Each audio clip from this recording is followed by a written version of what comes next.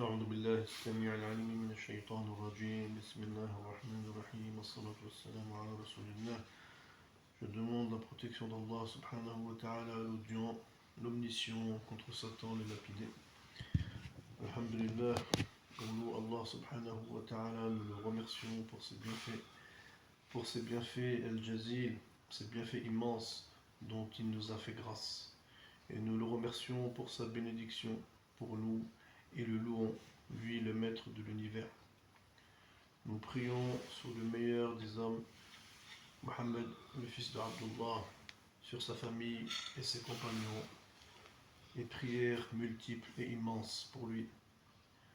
Ô honoré serviteur d'Allah, nous sommes aujourd'hui avec vous, aujourd'hui avec une nouvelle chaîne avec laquelle nous allons traiter la question des hadiths du prophète sallallahu alayhi wa sallam.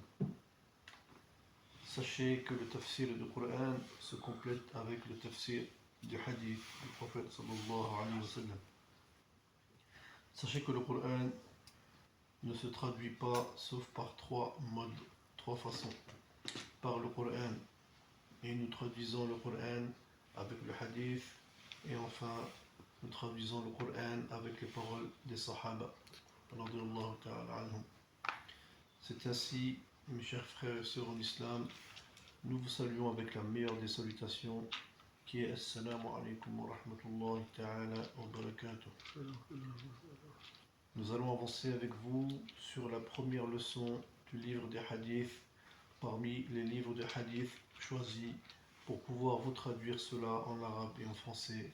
Ce livre s'appelle le livre de l'imam Malik ibn Anas, rahimahullah. Il s'appelle donc Muwatta Malik.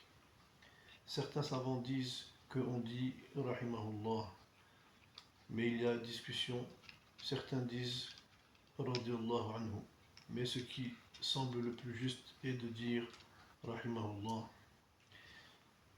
Certains disent que c'est le premier savant en parlant de l'imam Malik et que son père était un tabi'in, donc on peut dire radiyallahu anhu, mais on retient le plus juste qui est de dire rahimahullah, qu'Allah lui fasse miséricorde. Le livre de l'imam Malik s'appelle donc Muwatta Malik. Celui que nous avons pris parmi les traductions est Tanwirul Hawalik de Imam Abdurrahman Jalaluddin al-Suyuti al-Shafi'i. Ce livre existe depuis auparavant, car il est le deuxième livre authentique après le Coran.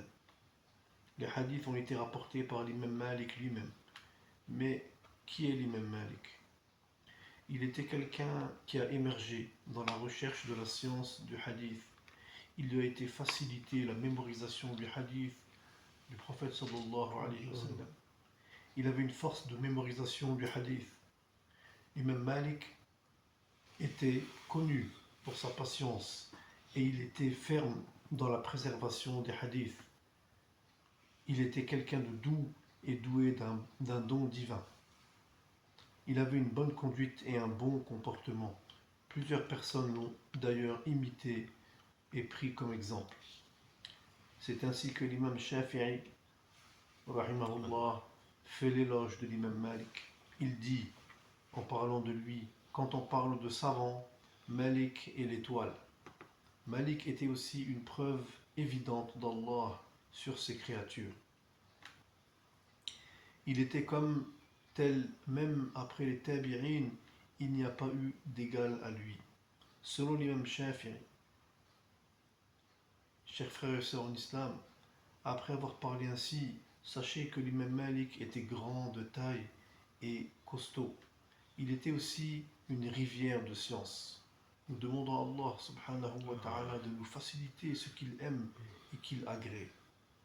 Sachez aussi qu'il était différent de l'imam Anas ibn Malik. Donc il y a Malik ibn Anas, c'est lui l'imam dont nous parlons aujourd'hui au travers du livre Muwatta Malik. Mais il y a aussi Anas ibn Malik qui était lui un sahabi, un compagnon du prophète Muhammad sallallahu alayhi wa sallam. Qui étaient donc les parents de l'imam Malik? Il est Malik, donc Ibn Anas ibn Malik et Abi Amir al-Asbahi al-Yamani. Il a donc un père et une mère et ses deux parents étaient arabes. Il est né à Médine Munawwara, et sa tribu vient de Qabila al-Yamani. Et sa mère s'appelait Aliyat bintu Shariq al-Azdi. Malik, quant à lui, son grand-père était parmi les derniers tabi'in. Son grand-père fut parmi ceux qui ont vécu du temps de Uthman ibn Affan radiyallahu anhu, et fut aussi parmi ceux qui ont transporté le corps du calife Uthman ibn Affan radiyallahu anhu dans la nuit pour l'amener au cimetière. Il y a aussi une autre version qui dit que le grand-père était tabi'in et que le père était donc tabi'in. Abu Amir, c'est donc l'arrière-grand-père qui a vu le prophète sallallahu alayhi wa sallam. Après donc Malik, son grand-père, lui était le dernier tabi'in. Malik, son nom de naissance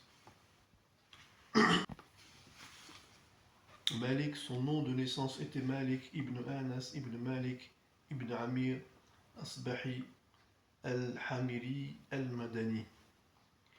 Il est né en 96 de l'Hégire, qui correspond à l'an 711 du calendrier grégorien, et donc il est né à Madina Munawwara. Il est mort en l'an 179 de l'Hégire, qui correspond donc à l'an 795 du calendrier grégorien. Il est mort à Medina Munawwara et il est enterré au cimetière du Baqir. Son surnom était Abu Abdullah. Son pseudonyme est Imam Darul Hijra. Il était le premier mufti du Hijaz, le premier à donner le fatwa. C'est ainsi que nous allons nous arrêter sur l'introduction et la présentation de l'imam Malik. Les savants disent qu'il est né avec toutes ses dents complètes. Son âge à sa mort était de 83 ou 84 ans, selon le calcul des savants. C'est un enfant prodigieux et de baraka. Il est important effectivement de présenter quelqu'un avant de parler de son œuvre, avant de parler de lui et de son livre. Rendez-vous, Inch'Allah, pour la première leçon sur le livre Muwatta Malik. Wa sallallahu ala rasul al-karim. Assalamu alaikum wa rahmatullahi ta'ala wa barakatuh. Bismillah ar-Rahman ar-Rahim. Nous entamons le premier chapitre et la leçon 1 du livre Muwatta Malik, livre de l'imam Malik. Leçon numéro 1 sur les horaires de prière. Bismillah ar-Rahman ar-Rahim. Au nom d'Allah, le Dieu en omniscient, nous lui demandons sa protection contre Satan le lapidé. Paix et prière sur le prophète Mohammed sallallahu alayhi wa sallam. Mohammed le fils d'Abdullah. Louange à Allah subhanahu wa ta'ala, maître de l'univers. Nous vous saluons avec la meilleure des salutations, qui est la salutation de l'islam. Assalamu alaikum wa rahmatullahi ta'ala wa barakatuh. Nous sommes avec vous aujourd'hui donc pour le premier chapitre et la première leçon du livre de l'imam Malik, Muwatta Malik. D'après hadith rapporté par Yahya ibn Yahya sur les horaires de prière. Yahya m'a relaté, qui est le fils de Yahya Lathiyu, selon Malik ibn Anas, selon Ibn Shihab, que Omar ibn Abd al-Aziz, qui était l'un des califes de l'islam, il a retardé la prière un jour. Il était à ce moment-là sur la terre de Koufa. Donc il est dit ici que Omar ibn Abd al-Aziz a retardé la prière. À ce moment, Abu Mas'ud al-Ansari est entré sur lui et il a dit: c'est quoi ça, ô Mughira? Ne sais-tu pas que Jibril alayhi salam est descendu et a prié, et le prophète sallallahu alayhi wa sallam a prié. Et ensuite Jibril alayhi salam a prié et le prophète sallallahu alayhi wa sallam a prié. Puis une troisième fois, Jibril alayhi salam a prié et le prophète sallallahu alayhi wa sallam à son tour a prié. Puis une quatrième fois, Jibril alayhi salam a prié, puis le prophète sallallahu alayhi wa sallam a également prié. Puis encore Jibril alayhi salam a prié et le prophète sallallahu alayhi wa sallam a prié. Ce qui fait 5 reprises.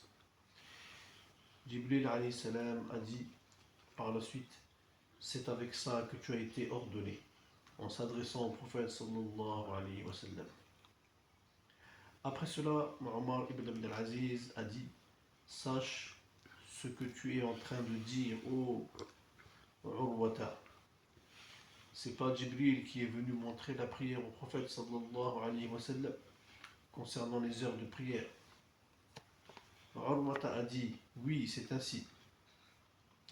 Bashir ibn Mas'ud al-Ansari a relaté de son père les mêmes paroles. Urwata a dit que Aïcha, radiyallahu anha, l'épouse du prophète sallallahu alayhi wa sallam, a relaté que le prophète sallallahu alayhi wa sallam priait le Asr avec le soleil, alors que le soleil était dans sa chambre, et avant que cela ne devienne blanc, c'est-à-dire éclairci. En conclusion de ces différents hadiths, nous pouvons dire que chaque prière a 2 heures de prière. Celui qui prie à la première heure a bien fait, et celui qui prie à la deuxième prière, à la deuxième heure, a bien fait. La seule exception est pour la prière du Maghrib, car si le soleil se couche, alors nous devons à ce moment-là faire la prière du Maghrib.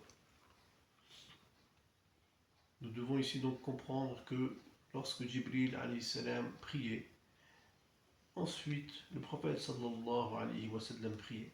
Et ceci traduit effectivement les 2 moments et les 2 temps de la prière. Qu'Allah nous donne la bonne compréhension et la bonne application de tout cela. Que la paix soit sur notre noble prophète Mohammed sallallahu alayhi wa sallam. Qu'Allah nous pardonne nos péchés, nous raffermisse dans notre foi et dans notre pratique, et qu'il nous permette de suivre le chemin du prophète Mohammed sallallahu alayhi wa sallam. Wa sallallahu ala rasulil karim. Assalamu alaikum wa rahmatullahi ta'ala wa barakatuh.